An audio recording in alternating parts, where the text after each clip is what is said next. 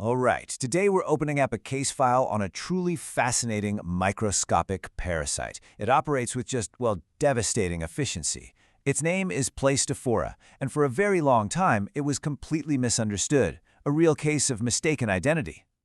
So we have to ask, what exactly is this organism? It kind of blurs the line between animal and fungus. And why should we care? Why is it a concern everywhere from the deep Amazon rainforest all the way to the bustling fish markets in the Netherlands?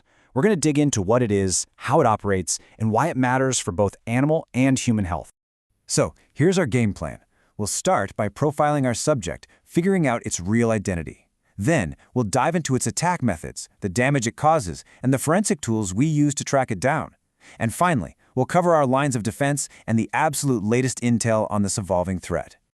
Okay, first things first, we need to get a clear profile on our subject. Who or what is Pleistophora? The first thing you absolutely have to know is that this is an endoparasite. That means it doesn't just hang out on its host, it lives inside its host cells. Think of it as this tiny intracellular agent that hijacks the cell's own machinery to do its bidding.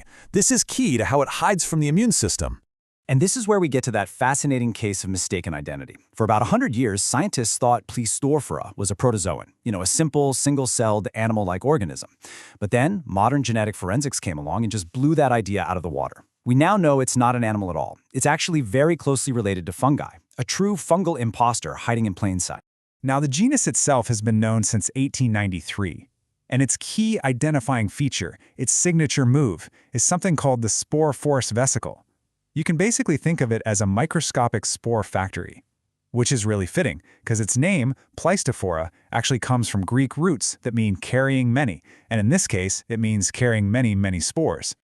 So now that we know what it is, let's look at its modus operandi, the step-by-step process it uses to pull off a hostile takeover of a host cell.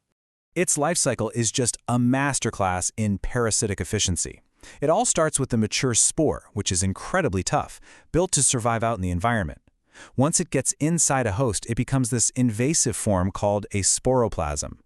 Then comes the replication phase, where the myromont just starts copying itself, building an army inside the cell.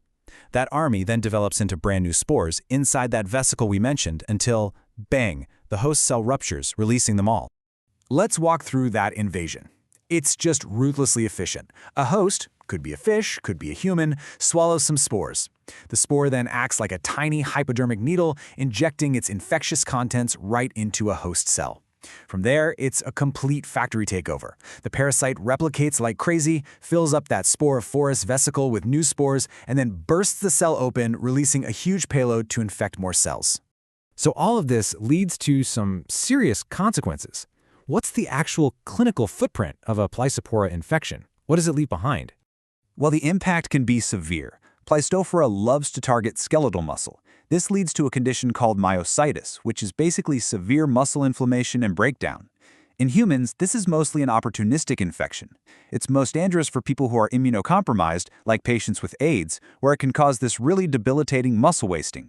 And in the world of fish, it's notorious for causing what's called neon tetra disease. You might have seen it as those telltale white patches on aquarium fish. And that fish connection brings us to a global hotspot, the Netherlands. You see, the country is a massive hub for the international ornamental fish trade. So it's become this really critical checkpoint. Monitoring all the fish that pass through its borders is absolutely essential for tracking and understanding how aquatic pathogens like Pleistophora are spreading around the globe. Okay, so if we suspect an infection is going on, how do we actually find the intruder? This is where the cool world of biological forensics comes into play. The diagnostic toolkit we have today is pretty sophisticated. The old-school method is microscopy, using special stains to literally see the spores in a tissue sample. It's still reliable, but the gold standard today is molecular diagnostics. Techniques like PCR can find the parasite's unique DNA, which gives you a definitive, rock-solid ID. And then you have other tools like serology and antigen tests, which look for either the body's antibody response or for the parasite's proteins directly. So once we have a positive ID, what are our lines of defense? Let's talk about how we treat this and how we can prevent it in the first place. When it comes to treatment, our main weapons are antiparasitic drugs like albendazole and fumagillin. These are pretty much the international go-tos for these kinds of infections. But, and this is a big but, Their effectiveness can really vary a lot depending on the specific parasite and the patient's immune system. There just isn't a one-size-fits-all magic bullet for this. That's why prevention is so important, especially for anyone who's immunocompromised. And the advice is actually pretty straightforward. First, water hygiene is a big one. Avoid drinking untreated water from places like lakes or rivers. Be careful with any sick aquarium fish. Basic stuff like frequent hand washing is always a great defense. And finally, make sure all animal products are cooked thoroughly to kill any potential spores. Now, this case is far from closed. Our understanding of Pleistophora is changing all the time. So let's look at the latest intelligence coming in from the researchers on the front lines.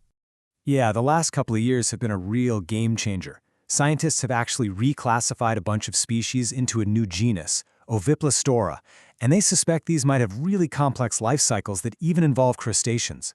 We're also still discovering brand new species, like Pleistophora bb down in the Amazon. And the technology? This is so exciting. Portable sequencers like the Oxford Nanopore are completely revolutionizing diagnostics.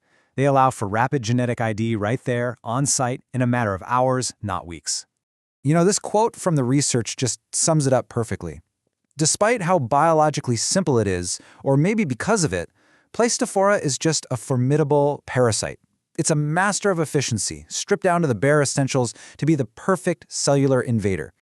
All the information in this explainer was compiled using a Gemini deep search. For anyone who wants to really dive into the case files, we've put a complete list of all our sources in the linked Notebook LM document for you. You can find that in the description. Hey, make sure you subscribe for more deep dives just like this one. And we'd love to get your feedback in the comments. Which brings us to a final thought. With our world getting more and more connected, how will powerful new technologies really change the way we track and fight these emerging diseases? Thanks for watching.